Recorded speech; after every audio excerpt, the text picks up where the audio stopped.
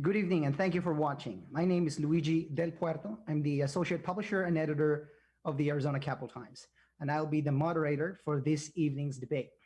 The Citizens Clean Elections Commission is the sponsor for this event. As the state's voter education agency, Clean Elections hosts debates, so voters have the opportunity to hear directly from the candidates, ask questions on the issues that matter the most to them, and of course, vote informed. Candidates who have a contested primary election have been invited to participate in the debate. Candidates that have opted into the Clean Elections Clean Funding Program are required to participate, while traditional candidates are invited and encouraged to attend. The questions that will be asked this evening are coming directly from voters leading up to the debates. Clean Elections conducted outreach to voters across the state, soliciting questions for the candidates. Tonight, voters who are watching this debate live can submit a question at any time by, for example, emailing, texting, or calling in your question. The email is debates@kc-a.com. I will repeat that, debates@kc-a.com. That's letter K, letter C, dash, letter A.com. You can also text your questions to 928-362-1062. Again, that's 928-362-1062. And of course, you can call in your questions at 480-937-1297. Again, the number to call in is 480-937-1297. When you send in your questions, please specify if your question is for a specific candidate or for all candidates. We screen questions for clarity to eliminate duplications, speeches, or personal attacks on candidates. And this debate is scheduled for 1 hour, so we may not get to all audience questions, but we will do our best. Candidates will have 1 minute for your opening and closing statements, and about 1 to 2 minutes for your responses to voter questions. We encourage an open exchange of dialogue between the candidates, of course, and if you feel the need to respond to another candidate's comments, you may do so. I may limit responses for time management purposes. We also remind the candidates and the audience that this is a respectful, courteous, and professional environment. Our goal tonight is to connect candidates and voters so our electorate may vote informed. Tonight's participants are Reginald Bolding, Democrat, candidate for Arizona House; Catherine Miranda, Democrat, candidate for Arizona House; and Diego Rodriguez, Democrat, candidate for the Arizona House. The order in which the candidates will speak for the opening remarks has been determined by alphabetical order by last name. And so first up is Mr. Bolding. Sir, take it away. So first, I just want to say thank you to the Clean Elections for having this debate. This is an awesome opportunity for our community to hear our vision for the district, an opportunity for our community to hear who we are, an opportunity for us to share what the future looks like. I'm excited to be here. I've spent the last 6 years fighting on behalf of this district in a capacity as a state representative, and many more districts as a teacher, many more years as a teacher and a community leader here in this community. Born and raised in Ohio, moved here because I wanted to be here, and I stay here because I want to be here. And I truly believe District 27 is the crown jewel of our state. It provides so much, and it provides a rich history that allows us to really be the voice for so many, no matter if you live in Levine or you live in South Phoenix, downtown Phoenix, or Guadalupe. The experiences that the community brings and the voice that we can share at the state capitol provides a great opportunity. So I'm excited to be here, excited to share that vision, and ready to dive in. Thank you, Mr. Bolding. Ms. Miranda, go ahead, ma'am. Thank you, Luigi, and thank you, Clean Elections, for hosting us tonight. Really appreciate that. I am former State Senator Catherine Miranda, now running for the State House to continue to serve. I took a break. I tried to make a bigger difference for our community by running for Congress. It did allow me to take a break. We didn't really succeed in going down that path, but now I'm refined, recharged. It allowed me to look at what I've done in the 4 years in the Senate and 4 years in the House. It gave me the opportunity to recharge and to rethink on how I'm going to approach this legislature this time around. And I am a former teacher, former school board member, former state or former administrator. Roots and experience matter in this district. I am from this district, born, raised, and educated, and I'm looking forward to serving District 27 again. Thank you. Thank you, Ms. Miranda. Mr. Rodriguez, go ahead, sir. Thank you. Good evening, everybody, and thank you also to Clean Elections for sponsoring the debate. So over the past 2 years, it's been my honor and my pleasure to serve as one of the state representatives for District 27.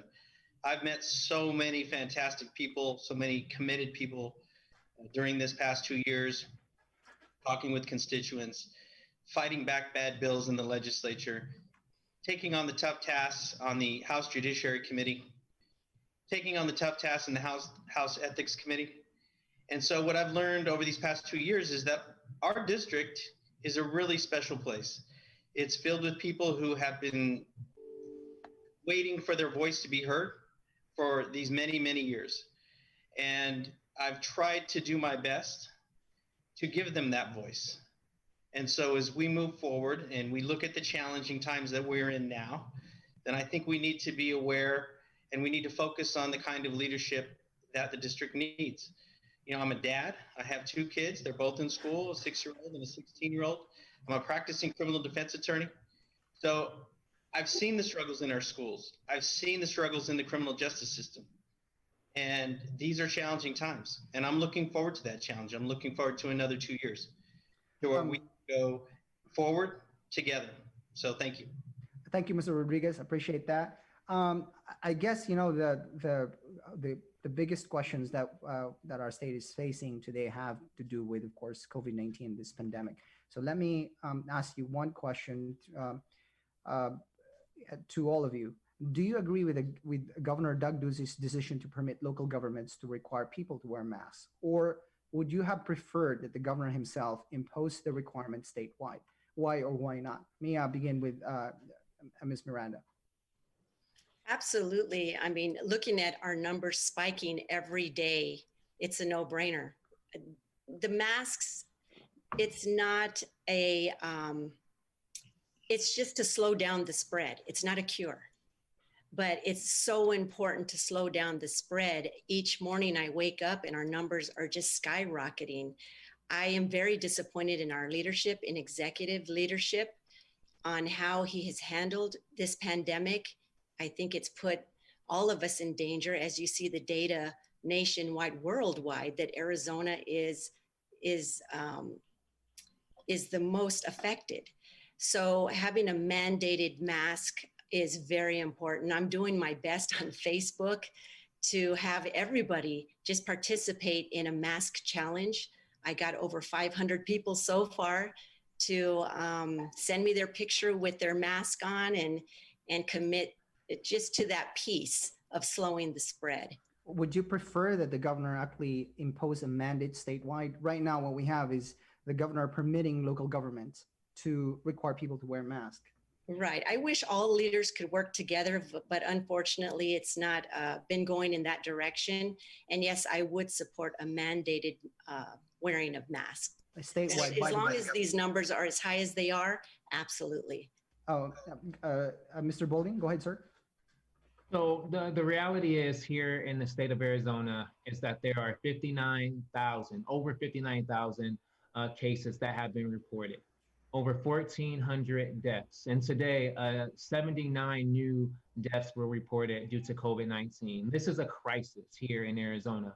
We looked back on the East Coast and we looked at New York with awe and we said, how could New York, how could the East Coast let something like that happen? And now Arizona is the epicenter of COVID-19. The crisis has come home. And what I truly believe is I believe the governor did not show leadership. The governor decided to kick the can and allow, mayors and counties to do his job. And his job was to lead. The reality is whenever you're driving throughout our district, you may go through multiple municipalities. You have Gila River, you have Tempe, you have Phoenix, you have a number of different places that you may go, and there is a possibility that there could be different sets of rules in different areas because the governor chose not to show leadership and make this a ban statewide. That's a problem. When the governor decided to step back and to appeal to his base of whatever that was, and it's failing. And we have to make sure that we call that out.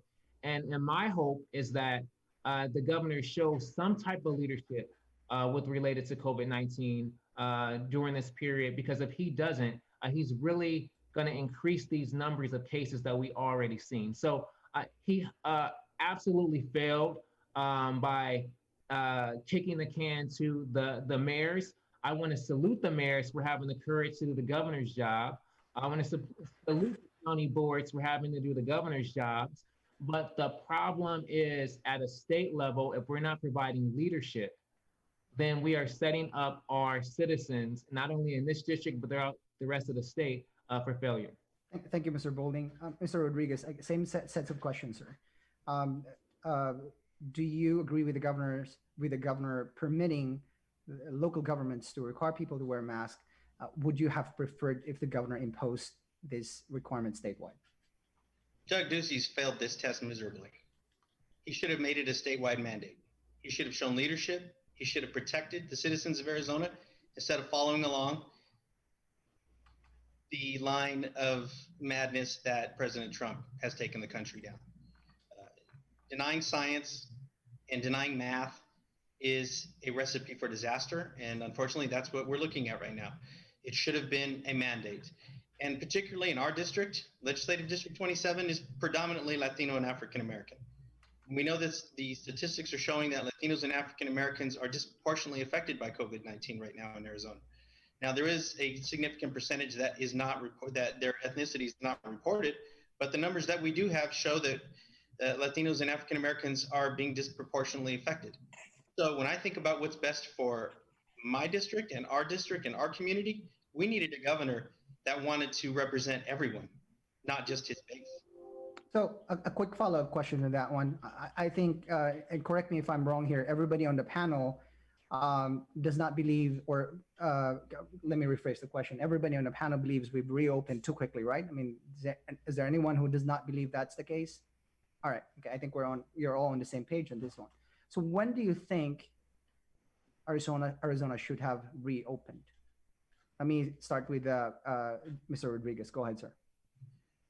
Sure. Ideally, I think we should just now be preparing to reopen right now, because if you look at the time, so we're not yet.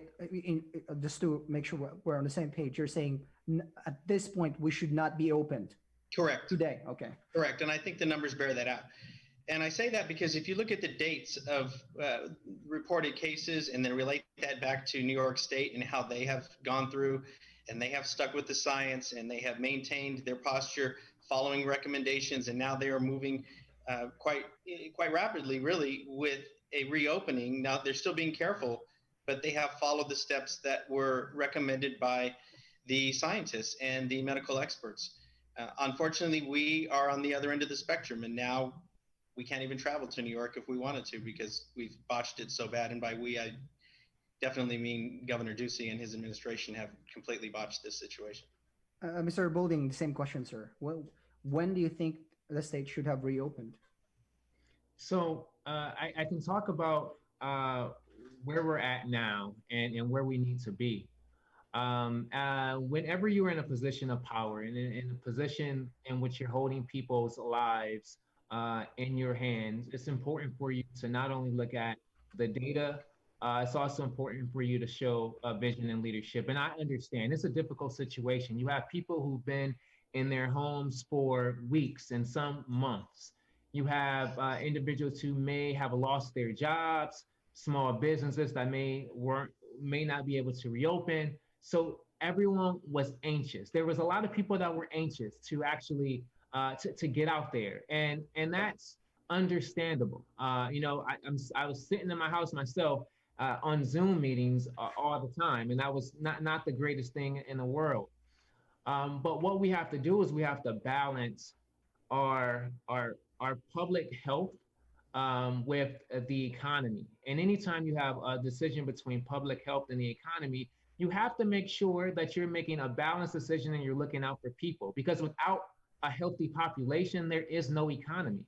And whenever we put the economy above people, what you find yourself doing is you're making a decision where you're putting profits over people, and that's something that's not a democratic value. So, I believe that the governor, this was an area that he just didn't show leadership in, I agree that there's a lot that's happening, but we have to be at a position where we can look at the data, we can show vision and leadership, and we have to make tough decisions. Would you have reopened the state by today? I guess if I were to ask the question, I guess more specifically. I have the hindsight of knowing what today is, right? Yep. Absolutely no. I mean, we're in peak season. I believe yesterday was the highest day ever recorded on record for COVID-19. So in this point, absolutely not. But it's important though to say that there is a possibility and pathway for reopening if you show leadership through making sure that people are wearing masks, if you're implementing contact tracing, if you are ensuring that we have all of these other aspects in order, that we have testing available. If the governor would have from day one said, let's wear a mask, let's have contact tracing, let's make sure that we have tests, we could possibly be open. But knowing what I know now and where we're at, I think he made the wrong call. Ms. Miranda, the same question, ma'am. Woulda, coulda, shoulda, right? Unfortunately, we are 4 months late. Today we could have opened, but because we're 4 months late, absolutely not. He is so behind that he's put us in such danger. I would have hoped that he could have just locked us down for a good 3 months, maybe 4 months, but I'm going to say 3 months. If he would have locked us down for 3 months and used the angel investment tax credit money for small businesses, share that money with our small businesses. We had a general fund of over $1 billion. We could have shared that money with our small businesses. Give them the revenue that they were getting pre-COVID, whatever they were getting monthly before the pandemic. We could have provided them with those funds just for 3 months, lock us down and watch the curve flatten. We have not even seen our curve attempt to be flattened because of the mistake our governor has made. So we are 4 months behind. It's not time to reopen. My biggest concern right now is school reopening. Our children are at risk. Closer to August, I want to look at the data again. And if we're still spiking, I will do everything in my power to just send out that message to not open our schools. So right now, no, it's not time to reopen. So here's a question from one of our viewers and listeners. And I guess this is specific to Mr. Bolding and Mr. Rodriguez. Why did you vote to sine die out of fear of COVID-19, but 2 weeks later were carelessly with groups of protesters? Let me start with Mr. Rodriguez. I guess if I can paraphrase the question, right? Would you, given the spike that we have seen, would you attribute some of that to the protests that we have seen in the last few weeks? And by the way, the presumption in the question here is you both attended the protest, right? I don't know that for sure, but did you in fact attend the protest, Mr. Rodriguez? I have attended three. 3 protests, okay. Proudly. And I have worn a mask at all 3 of them. And to my knowledge, no cases have been traced back to any of those protests. So to the extent that the person is asking a question that I think they're trying to go the long way around of making what I consider to be very off topic, you have to make choices as a leader. I made the choice to go and stand with my community and for my community against systemic racism. And I did so in a way that was as safe as possible. That's my right as an American, and that's my obligation as one of the representatives for this district. So I reject their basic premise that it was a dangerous activity. Was it more risky than staying home? Yes. But sometimes when you want to stand for your constituents, you've got to take one. You've got to make that step, and you've got to be a leader. And that's what I did. So if I could refine the question a little bit, before, a couple of months ago, we have all the health officials and health leaders. They're all saying, stay at home. If you go out and let's say protest, for example, we've seen some people protest at the state capitol. They wanted to reopen the economy earlier. If you recall that protest, they were criticized for endangering not just themselves, but endangering the public as well, right? Because the theory is that by being out there and by protesting and being so close to each other, there's a risk that you are spreading COVID-19. The theory is that you're risking not just yourself by going there, but you're risking your community. So I guess if I could refine the question,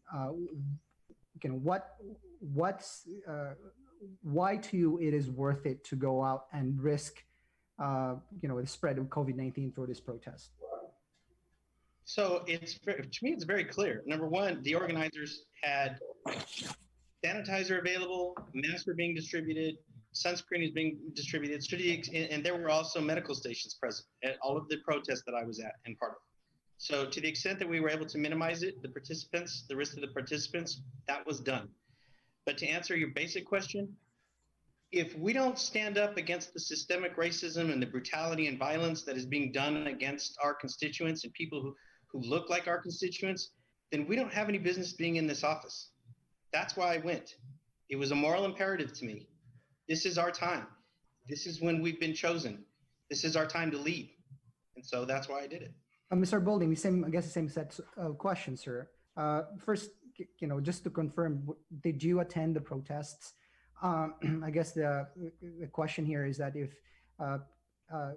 everybody was saying you shouldn't congregate, you should practice social distancing, why take the risk? I guess one way of refining the question, if you will. So right now in Arizona and across this country, we are facing two pandemics. The pandemic of African-American men being killed by law enforcement. We've seen the videos, we've read the headlines, we've felt the pain. We also are seeing people die every single day based on COVID-19. If a decision comes, would you prefer to pass from COVID-19 or at the hands of law enforcement? The answer is neither. The fact of the matter is, as leaders, you have to make a decision and you have to stand up. You have to believe in something. And I applaud the people that believe so deeply that they no longer want to see their brothers and sisters die at the hands of law enforcement officers, that they were willing to take a stand. In fact, here in the state of Arizona, between 2012 and 2018, there were 600 officer-involved shootings. Out of those 600 officer-involved shootings, there was only one officer ever charged, and that officer was later acquitted. Every 5 days, an officer fires his weapon and kills someone in the state of Arizona. That's a crisis, that's a pandemic. Does it rise to the level of COVID-19? I believe it does. When we're talking about life and death for people, we have to be willing to stand up and we have to be willing to take on tough challenges. And for some people who have the ability to share their voice, it is their obligation to share their voice, and it's their obligation to stand up for what's right. And while some may not be in a position to do that, those who are in a position, it is the obligation to do that. Sir, you didn't ask. You didn't answer the first question. Were you there at the protest? I just wanted to confirm that's the case. I've been at a protest, yes. Ms. Miranda, I guess the same sets of question, ma'am, right?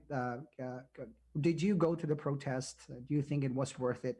What about the very strong warning from health officials, like don't congregate, don't go out in public and not practice social distancing. And, if you're in a protest situation, you really cannot social distance because you're packed on the streets, right? Same sets of questions, your thoughts? Yes, Luigi, it's very, very well worth it. I mean, we're all fighting against history, against present injustices, hearts that refuse to be changed. It's very important. No, I did not attend the protest. But I'm going to tell you something. I am going to tell you that there is no stronger fighter than a mother fighter. And I'm going to repeat myself. There is no stronger fighter than a mother fighter. I have been right next to the Black Mothers Forum when I was serving in the legislature, fighting for our kids. Whether you're a Black mother fighting for your Black child or me fighting for my Black children. I have Black children. I haven't just started fighting because of these protests. I have been fighting all of their lives against racism. So I know what it's like to fight racism, and I will continue to fight racism. Because I didn't attend the protest, I chose to keep my community safe the best I can, since we don't have an executive that has made us feel comfortable, that we can trust. And the high spiking numbers, like I mentioned before, are just over the top. It's not COVID versus fighting against racism. No, they're both two viruses that affect my community. And I'm doing my best to keep my community safe. And I want to reassure you that there is no stronger fighter than a mother fighter of my Black 2 children and the people of color in this community. And I will continue to fight.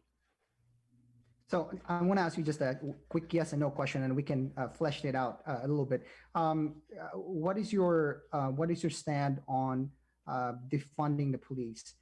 So there's this campaign that's growing nationwide to defund the police, and we'll get into what that means exactly. But let me ask Ms. Miranda, do you agree with defunding the police? Yes or no?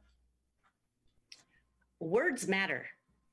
I really want to take a strong leadership position in reallocating those funds where we need it. There's so many inequities that must be resolved in our community, especially with us people of color. So reallocating those funds, I will fight to the end. When I get into the legislature, I hope to get back on the Public Safety Committee, ranking member, Commerce Committee, and continue to fight these issues. So words matter, defunding the police, absolutely, I do support that, but what does that mean? Right. That word kind of stops the conversation. It kind of stops the conversation of making progress. It's a very strong word, and I do support it, but I want to change the conversation. Let's go strong at reallocating these funds from the police department in the areas that we need it, for my community, for all communities, people of color. So I guess we'll just have to, I guess, refine it so that we're talking about the same thing, right? So I think when we hear defunding the police, there are two sets of kind of ideas, right? One is to reallocate the resources, kind of divert them to social services, for example. The other one is actually disbanding the police, which is to defund them and disband them. So I think Ms. Miranda, you answered on the first one, and I think you're saying you agree with reallocating the resources. Let me ask Mr. Rodriguez the same thing. Diverting funding for the police to social services. Do you agree with that, sir? Yes. The Republican power structure led by Governor Ducey has defunded education in this state for over a decade. It has defunded mental health services for even longer than that. It has done its level best. That power structure has done its level best to erode the social safety net in this state. It has defunded it in nearly every way. So if you're asking me whether I want to take a hard look at how these police agencies are funded, how they're disproportionately funded in comparison to the resources that Legislative District 27 has traditionally suffered from, a lack of infrastructure, a lack of educational resources, a lack of access to adequate health care. That has all been a problem for our district. So yes, if you're gonna ask me to choose between the two, I'm gonna choose the needs of my district over pushing more money into a mass incarceration system here in Arizona. Mr. Bolding, same question, sir. If you say defund the police, if that means diverting funding for the police into social services, for example, do you agree with that? So there was a comment that I read that I wholeheartedly believe, and I wish that I was creative enough to have said it myself, but I can't say it was just me. Funding the police sounds radical till you realize we've been funding education for years.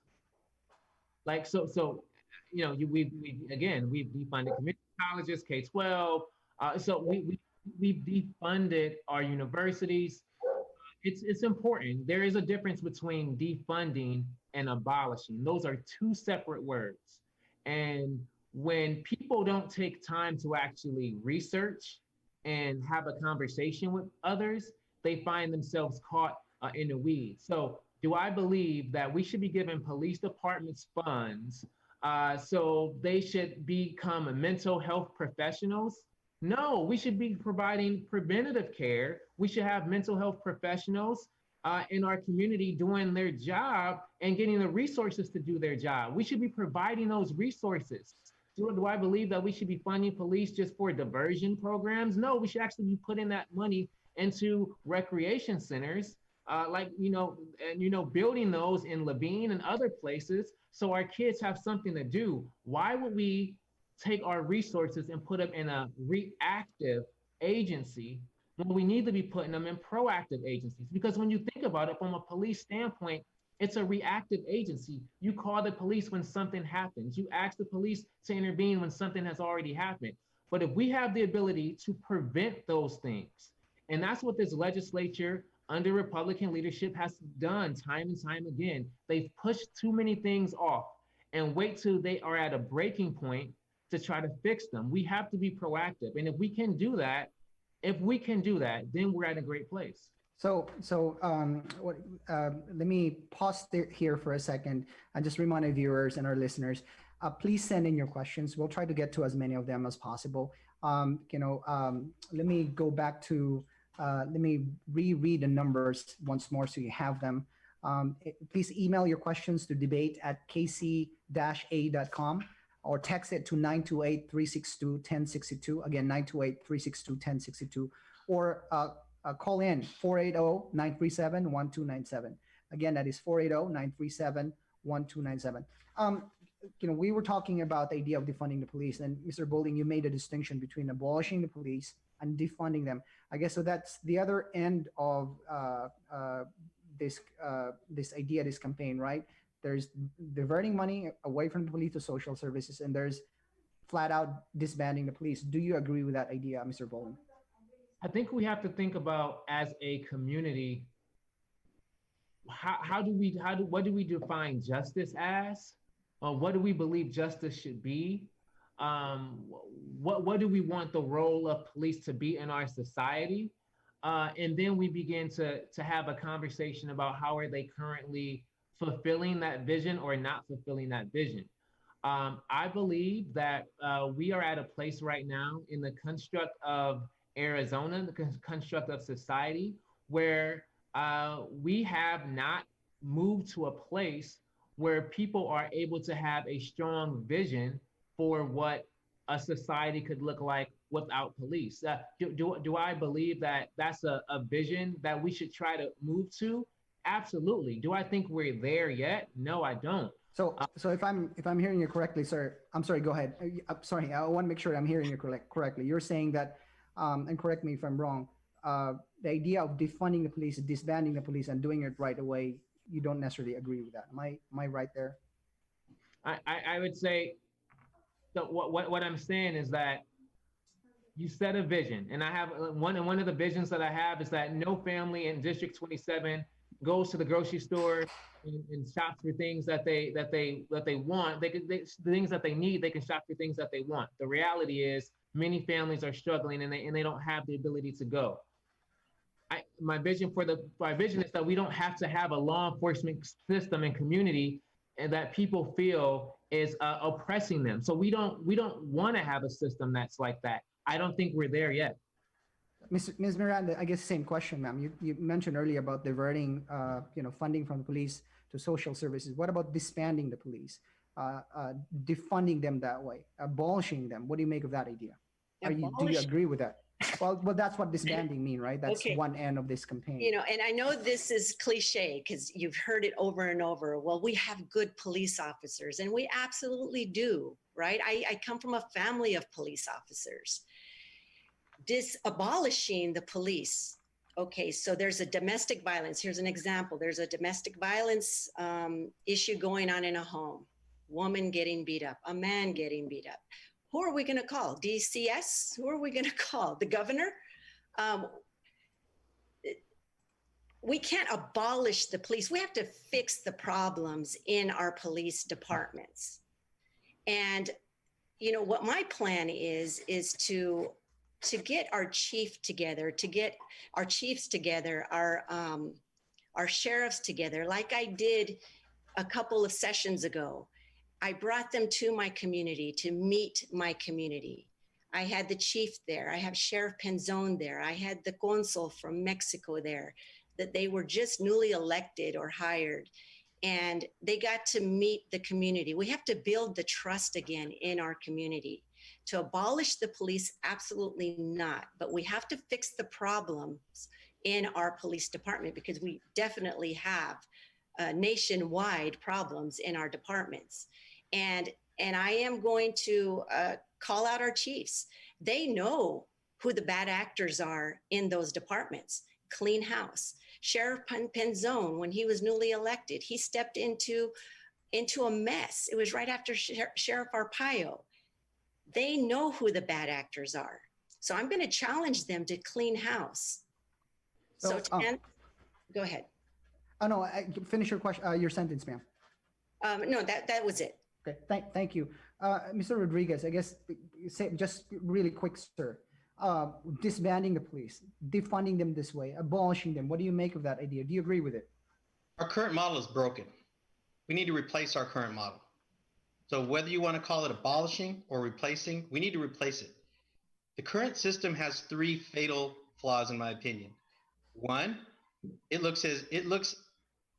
are trained to use violence in order to deal with non-compliance. So look at what happened at yesterday's protest. They're tear gassing and shooting non-lethal items at peaceful protesters.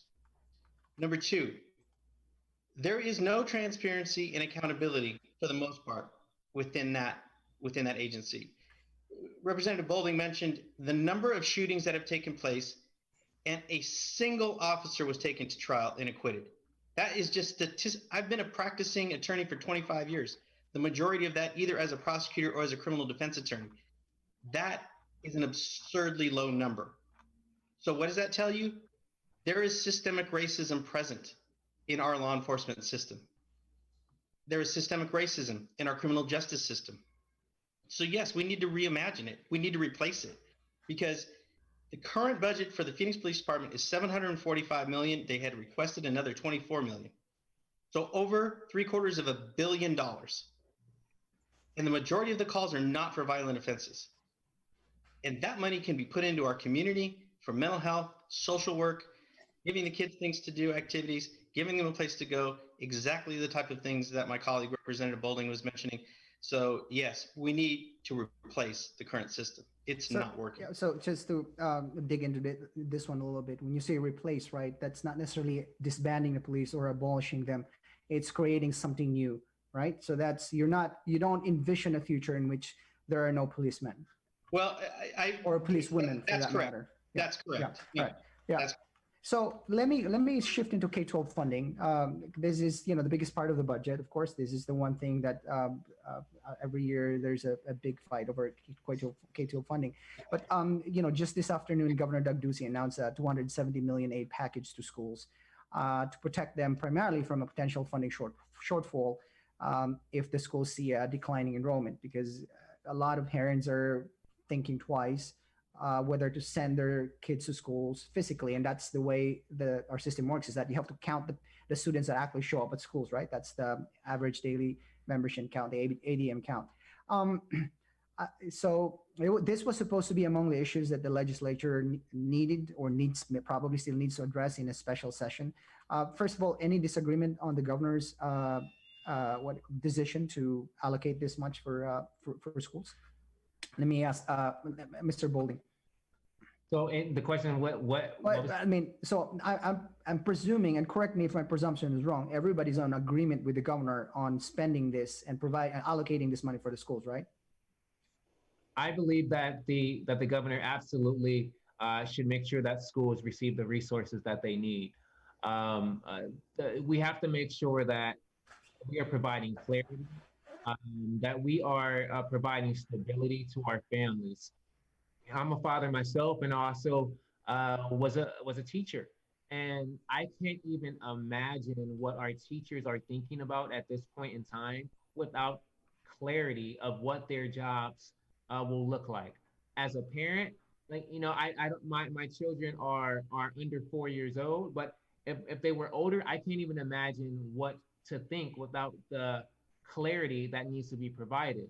And we get it. These are unprecedented times, but the great thing about Arizona is that you have divergent ideas. You have people from all backgrounds with solutions. And I think that what you have to do is make sure that you are bringing those solutions to the table. I was actually very um, upset with the governor in that there were other opinions that could have been brought to the table that I believe that could have made his package stronger.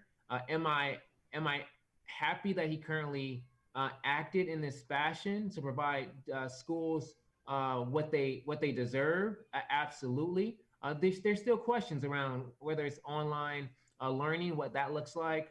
Worker protections is extremely important. If you are a teacher that have health risk and you are being forced to go back to school and you could potentially catch COVID-19, which could potentially end your life. There really was no direction there. That's the area that we have to make sure that we're talking about.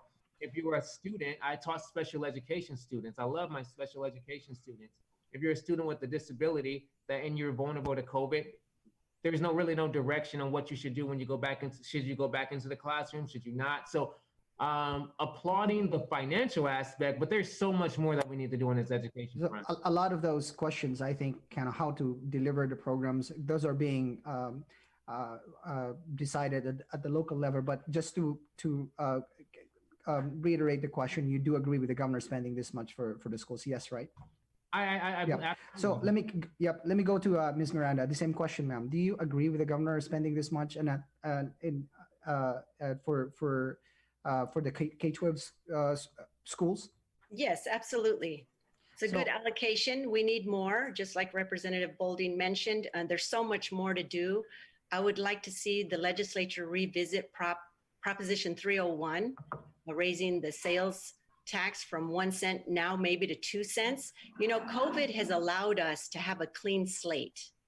We get to decide on new direction because of COVID. It's cleaned our slate. We can't go back to what we used to do. This is a time of opportunity. So we only have from this point to this point of opportunity to present the new ideas because of our pandemic. So I really would like to see the legislature push for a 2 cent sales tax. Thank you, Ms. Miranda. Mr. Rodriguez, the same question, sir. Do you agree with the governor on this one? I do have a follow-up question for all of you after this one. I do agree with the governor taking this step. It was necessary. We absolutely had to give the schools a stable environment in which they could plan on how they were going to approach this upcoming school year. But it is only a start. And quite frankly, the track record of the Republican power structure and Doug Ducey does not give me confidence that we are going to do this in a stable and protected manner as far as handling funding moving forward, which is why I support the Invest in Education initiative that will, in my opinion, provide a stable and protected source of funding for our public schools. So I would urge people to support that as well. If you haven't signed the petition, please do so, because these are the choices we're making. We're about to transition to a new Arizona. And part of that is making sure that our public schools are no longer the sacrificial lamb when the economy goes wrong or we enter into a crisis situation like this. So here's a follow-up question to all of you, and let me start with Mr. Rodriguez. Some have criticized the legislature for ending the session the way the legislature ended the session. Some specifically said that you should have kept the session because by being in session, you're able to check the governor's actions. You sort of act as a counterpoint to maybe his decisions. So you're able to at this point, the governor is in charge of a whole lot of money and a whole lot of decisions. So the idea is that if the legislature were in session, you could check the governor's actions, right? So let me ask you about that. This is one of the issues that was supposed to be in a special session. We don't know if there's going to be a special session, but what do you make of the idea that you should have been in session right now, and being able to serve as a balance or a check or to counteract the governor's actions? The Republican-controlled legislature is not a check on the government's power. They may have disagreements over how they want to chop up the pie between themselves, but they are not a check on the governor. So if somebody's making the assumption that the legislature would have checked the governor, I beg to differ on that. So let's assume, for example, the next year, the majority is actually Democrats in the House of Representatives or in the Senate or both. What about a situation in which the Democrats are in the majority? Should you be in session right now? You do the job, you do the work that's in front of you. And if we would have had the ability to affect policy in a meaningful way, then the responsible thing would have been to stay there. But quite frankly, that choice was made by the Republicans. It was not made by the Democratic caucus. Mr. Bolding, the same question, sir. If the Democrats were in charge, should you be in session right now and serve as a counterpoint, a check to the governor's actions? So I think that it's important for us to realize how the legislature and legislative bodies work. I think the premise of the question is a complete hypothetical that I don't think is like the sense of a reality. The reality is there is an emergency order in place right now that provides the governor the ability to make executive orders and to follow along the line of that emergency order in place due to the pandemic. So the governor is going to do what the governor is going to do based on the authorities that he has. The legislature's job is to appropriate money and to create policy that has to be signed by the governor. So what the Democratic caucus proposed was solutions that could have provided an opportunity that we would not have to be in session. We talked about an unemployment system that was broken at the bones. And we said that we needed to make sure that we're protecting those family members right now who are laid off right now due to COVID crisis. We talked about providing small business support, eviction relief. We talked about making sure that we are fully funding our K-12 education systems. So these are things that would have already been done, things that we would already have passed. So would we have needed to be in session during late June? Probably not, because what Democrats have always said is that we're not going to put off on someone else what needs to be done today. And when you look at the press conference that Democrats gave at the beginning of the year, and we said what our vision was for the state, believing in working families, standing up for our communities, making sure that people can actually work one job and take care of their families, that's the things that we would have got done immediately. We wouldn't have been playing these games that like the legislature chose to do. So no, I don't think we would have still been in session because we would have been got it done. Ms. Miranda, the same question, ma'am. If the Democrats were in charge of the legislature, should the legislature be in session right now to serve as a counterpoint, to serve as a check on the governor's actions? Right. Let's not forget we're still in a pandemic. It's still dangerous. No, we should not be in session with these numbers that are spiked, just out of safety precautions, right? Senator Contreras, I think, has been very disrespected when you all went back to session when he announced he had COVID. So disrespectful. We weren't mindful of our senator and his family that were affected, but yet we went back into session. No, we're in the middle of a pandemic. Whether we're in control as Democrats or not, right now is not a good time to be in session. But as Representative Bolding said, if we were in control, we would have already taken care of business a long time ago. So let's talk about the budget. So the state now, according to the latest numbers, the state faces 190 million shortfall in this current fiscal year. That's a far cry from the 638 million that was the original estimate a couple months ago. But 190 million remains a significant amount of money. And then in fiscal year 2021, the estimate is about 518 million. Now, of course, the economy could get back up really quickly, and we may not see, such a big number in terms of the shortfall. But assuming, for example, that there's $580 million to resolve, and assuming that the Democrats are in charge of the legislature, Mr. Rodriguez, how would you solve it? Well, let's start off by, again, I want to make reference to the Invest in Education Initiative, because that is a progressive tax proposal that will ensure that the high income earners are paying their fair share. So that is a good place to start. That stands in contrast to— That's a tax increase, sir, right? That's a tax increase proposal. Okay. That's exactly what I think. That's what I was trying to say. We're going to make the high earners pay their fair share, because they are not doing so right now. And that stands in contrast to the 301 sales tax proposal that Ms. Miranda made mention to, which is in actuality a regressive tax, and which is going to take a larger piece of the income of our working families than it will from the higher income earners. So I support rebalancing our revenue structure. We have to get corporations and we have to get high income earners back to paying their fair share. Because when those taxes are taken off of their backs, when corporations are allowed to evade taxes, that is put on the backs of our working families. That is what Arizona has done under Republican administration for the past 10 years in a row. I think we're up to actually 12 years in a row.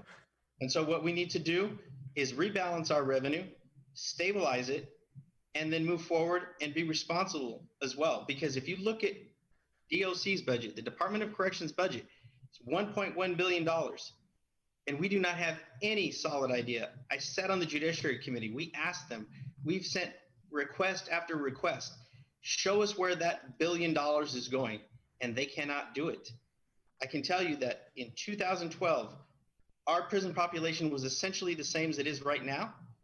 But since 2012, we've added an additional $225 million to their budget for essentially the same population of inmates. So what does that tell you? That tells you that when that department is coming to us time and time again for additional money, it's not being spent wisely. We don't know where it's going. It's wasting. We can make the numbers work if we are willing to sit down and take an honest approach towards reallocating our revenue structure and shifting resources to where they need to be. Mr. Bolding, the same question, sir. So currently in this state, we do three things, right? We educate, we medicate, and we incarcerate. The reality is when we look at where we need to cut budget areas, it is directly in our Department of Corrections. The fact of the matter is that you have money going to private prisons we are paying for beds in which occupants don't even sleep in. That's a problem. That's an issue. So we need to prioritize where we spend our money. When you think about families, you have so much money that you have, you decide where you're going to put those dollars. Do I believe we need to invest in education? Absolutely. So we want to continue to educate. From a Medicaid standpoint, yes, we want to make sure that we're protecting our people and their health and safe. Incarcerating, I think we have to rethink what it means. The fact of the matter is we have the majority of people who are in prison are nonviolent drug offenses. We have to take those dollars and we have immediate savings there.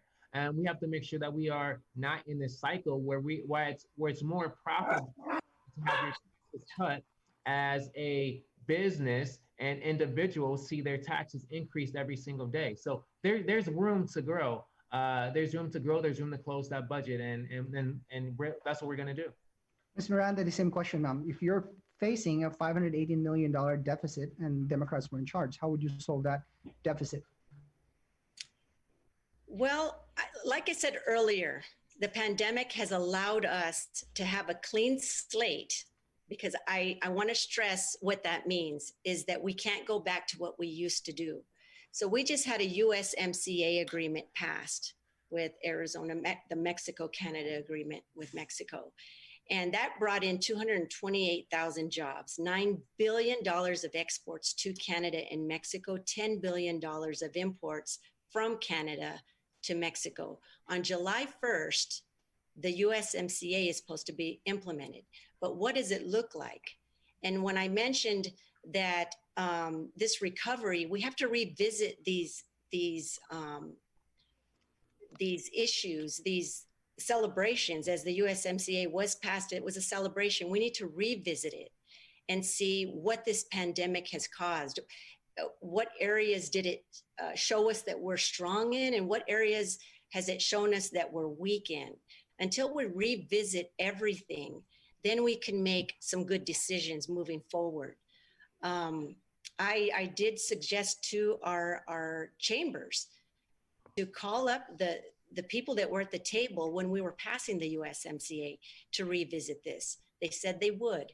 So I have been working diligently now in trying to help with the recovery. So, but once we are blue in the House and hopefully in the Senate as well, oh, that's going to be a beautiful day, because I want to revisit everything. I want to redo and undo everything.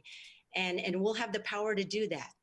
So here's one quick question for all of you. And this is specific to South Phoenix and Laveen. Street racing has been an issue in South Phoenix and Laveen. I don't know if this is the case or not. You can confirm for me if that is the case. And there was a bill that died in the legislature to deal with this issue. How will you curb street racing? Let me ask Mr. Rodriguez. First of all, is it true, sir? Is this an ongoing issue in your district? It is a problem. I hear them at night from my house. Is that right? Yes, I can hear them. I can hear them on the new 202 at night, and I can hear them along Southern, and you can see the tread marks from where they're spinning cookies in the middle of the intersections all throughout our district, especially on the western edge, of our district. And I also wanted to say one thing. When that bill was about to pass in the legislature, my Democratic caucus followed my lead. And to their credit, they listened, and even the Republicans did as well, because I stood up and specifically mentioned that bill was going to make it easier for street racers to get away with that dangerous conduct and make it harder for law enforcement to hold them accountable. And to my caucus's credit, they listened and they supported me. And so what I would do for street racers, I would increase, again, LD27, it needs more infrastructure, it needs more resources. Laveen does not have a police substation. We share our substation with Maryville. So just think about that, how far you have to go from Laveen to reach the Maryville substation. Now, we need to do what we can on the state level to try to make sure that law enforcement resources are allocated fairly. And right now they're not. So to begin with, we need more cameras. We need more monitoring. We could use drones. We could use additional law enforcement patrols. A substation would be nice to have here. And we can start to address this issue. Mr. Bolding, same question, sir. Are you hearing the drag racers, outside your home?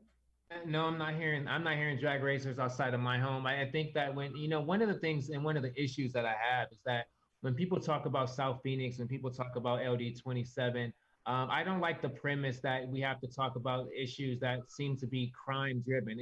I challenge the same premise, the question about, are there street racing or drag racing in any other district across this state? And I challenge that question to be asked for every single district, because I imagine when we talk to East Valley districts, we ask them about intel, we ask them about, tech corridors. And I think for us here in South Phoenix, I want to talk about the great things that our families are doing when they see COVID crisis and they're providing masks to each other. The great things that we're doing when we see that there's struggling families and the grandparents that need support, and we're supporting them. The fact of the matter is LD27 is a place of love and hope, and people are literally flooding to live in LD27 because of all of the value it brings. And I believe any bill or piece of legislation that's coming is not just directed to LD27. It may be in other areas. We have a lot of great things here, and I want to continue to uplift those things and amplify those when we take charge of the state legislature. Ms. Miranda, the same question now. Mr. Rodriguez is able to hear or can hear, the racing outside his home. Do you have that? No, and are you able to hear them as well? I live a few blocks away from Representative Rodriguez, and I definitely do not hear drag racing in our community. That doesn't mean it's not happening in our community, but I don't think that is the priority of a problem here in LD27. What I would like to focus more on is the two representatives and the senator that are elected on August 4th to visit our LCRD meetings. They are our Levine Citizens for Responsible Development, our LCC meetings, our Levine Community Council meetings, our LVPC meetings, our Levine Village Planning Committee meetings.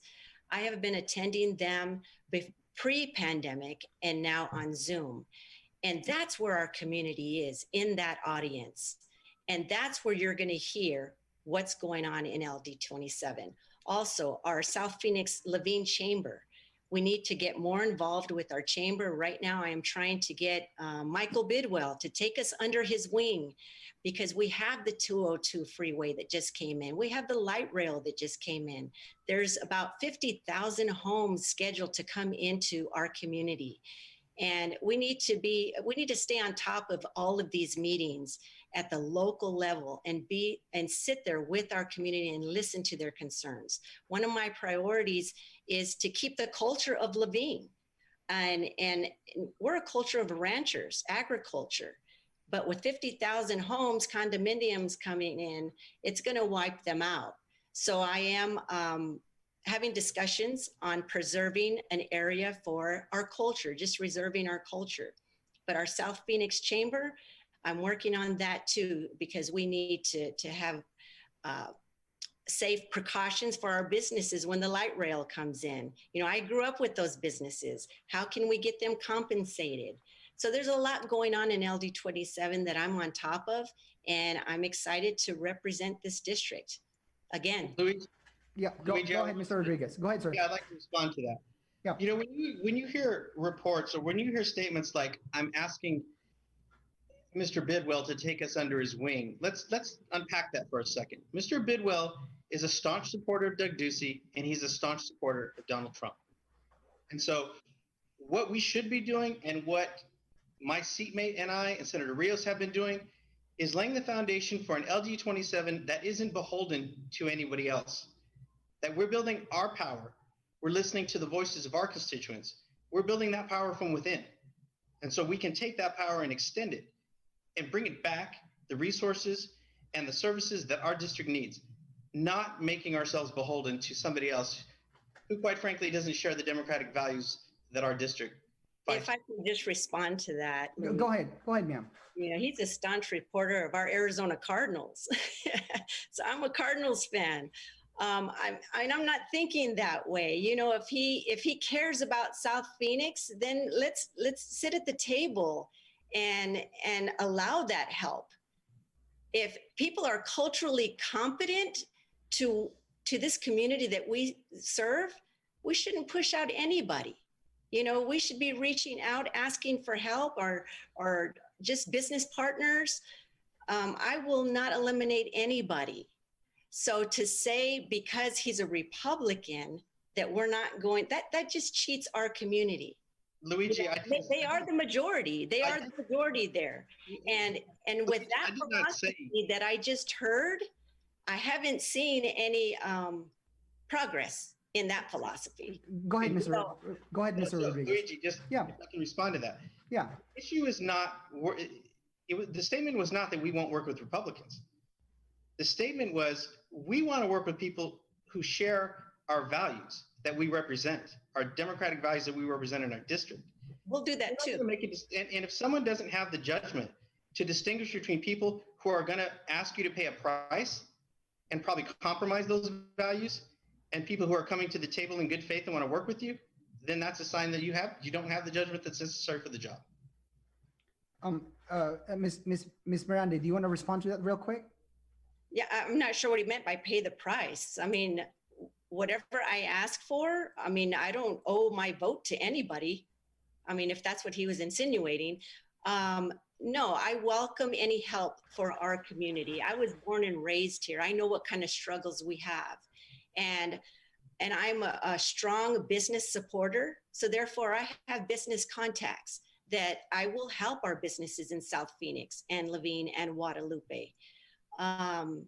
So to eliminate anybody is just, it's just not smart thinking for sure. Mr. Bolding, you know, you're free to jump into this fray if you want to, but what are your thoughts about, you know, I think what we have here is a debate about inviting somebody like Mr. Bidwell to invest in the community. On the one hand, of course, Mr. Rodriguez is saying, let's work with the people who share our democratic values. And Ms. Miranda is saying, let's work with everybody. What are your thoughts, sir? Mr. Bidwell is not an issue in the state legislature. He's not a state legislative bill or topic. I actually think it's irrelevant to this conversation right now. The reality is that we have a community here that every 2 years has the ability to elect individuals to stand up and speak for them and say that I want you to go down to the state capitol. I want you to share my values, and I want you to speak on behalf of me.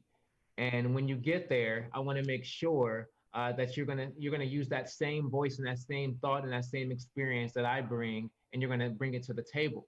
And that is what has to happen. We have to be at a position where we are speaking for the community that elects us every 2 years to go down to the state capitol and to speak for their voice. And do I believe that we should, the premise of if you're a Republican or a Democrat, I think there's strong progressive values that we have in this district that we have to make sure that we're bringing those values down to the legislature. We have to make sure that we're creating an agenda that's relevant of those. As elected officials, obviously we serve everybody. As a district that is a deep blue district, it's important that we share those values when we go down to the legislature. I think we are out of time. No, we're not out of time. We extended by 6 minutes. So we are, I think we are at an end. I want to give all the candidates that have joined us this evening to provide their closing statement. I want to make sure that I actually have the order correctly. For the closing remarks, each of you has a minute. And first up is Mr. Rodriguez. Go ahead, sir. Thank you. Again, thank you for hosting. Thank you for being a fine moderator. I think you've been very fair about the process. And also thanks to everybody who's watching. We live in very challenging times, but you are, as the voter, you are selecting the person that is going to carry your values to the state capitol, that is going to stand up for you when you can't be there yourself. And so it is vitally important that when you make your selection, you look at what each candidate is saying. Are they talking about transparency, accountability, integrity? Are they talking about fighting systemic racism?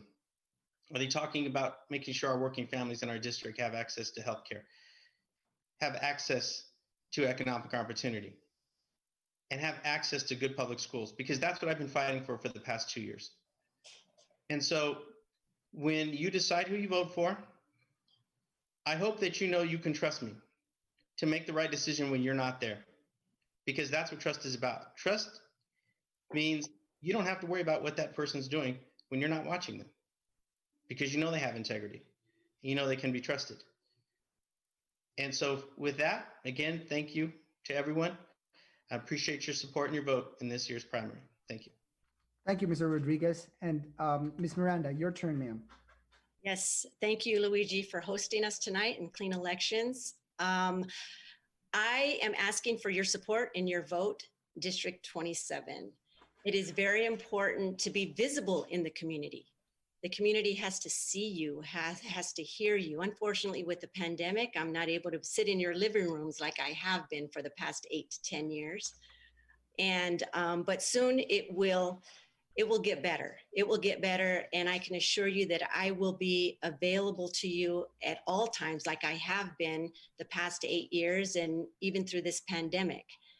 So, community of District 27, I would love to have your support. You can reach me at mirandaforhouse.com. You could even call me on my cell phone. I've always given it out for the past 8 years, 480-284-2690. I know our Guadalupe community right now is at 11% with cases of COVID. And I spoke to the mayor today, and I'm going to be helping her as much as I can. I know she's doing a good job over there, trying to get more testing. But my doors are open for things like that because now it's hit our community and I'm getting a lot of calls with cases. And I just want you to be reassured that you can trust me. You can continue to trust me. I've been reelected. I am electable. And most importantly, visible. You have to be visible. So again, mirandaforhouse.com. And I look forward to serving you in Legislative District 27 in the State House. Mr. Bolding, sir, you have the last word. Thank you. We are given a privilege to go down to the state capitol and share our voice. And that's a privilege that I don't take lightly. Growing up in a low-income community myself, not understanding what the power of your voice can do is something that I've seen other children not recognize that when I was a teacher here in our district, as a nonprofit leader here in our district, and now as a state legislator in our district. And one thing that I can always tell you is that I'm going to make sure that I share my voice and stand up for what I believe in. And that's hard to do sometimes, to share your stance and your views on what you believe in, and have that conviction so much because you know that it's going to help move your community forward. And that's what you're going to get from me down at the state capitol. The reality is we are moving to a different time. We're moving to a time where Democrats have been fighting for years to have a say at the table because the legislature has been controlled by staunch Republicans who brought you SB 1070, Show Me Your Papers laws, that brought so much hate to the state. We're now in 2020 at a place where Democrats will now be running the table. They'll be in charge. And when they get there, you want to make sure that you're voting for someone that has a vision of not where we were, but where we will be. And I can tell you that when I think about where we need to be, I bring vision, I bring solution. And I think we've shown that over the last 2 years that when you talk about where you want to be, you have to be willing to stand up and push for it. And you have to be willing to make sure that you're bringing others along for the ride. And I'm excited to have the opportunity to run for office again. I take nothing for granted. I think that myself, my seatmate, and also our senator have done a great job. I truly do believe that. And I believe whenever we're in the community, people recognize that. And I think that means something. I do think that we have a lot of talent here in this district. And that talent allows us to continue to fight and move forward. So I ask for your vote. I look forward to earning your vote. And I look forward to fighting for our community. To our candidates, Mr. Rodriguez, Ms. Miranda, Mr. Bolding, thank you so much for participating in tonight's debate. To the voters, we thank you all for taking the time to watch the debate, to send in your questions, and of course to inform yourselves before the August 4th primary election. The Citizens Clean Elections Commission is your source for nonpartisan voter information, and we encourage you to visit azcleanelections.gov. I repeat, that's azcleanelections.gov for all of your voting needs. And this concludes our debate. Thank you so much, and you all have a wonderful rest of your evening. You as well. Good night. Stay safe.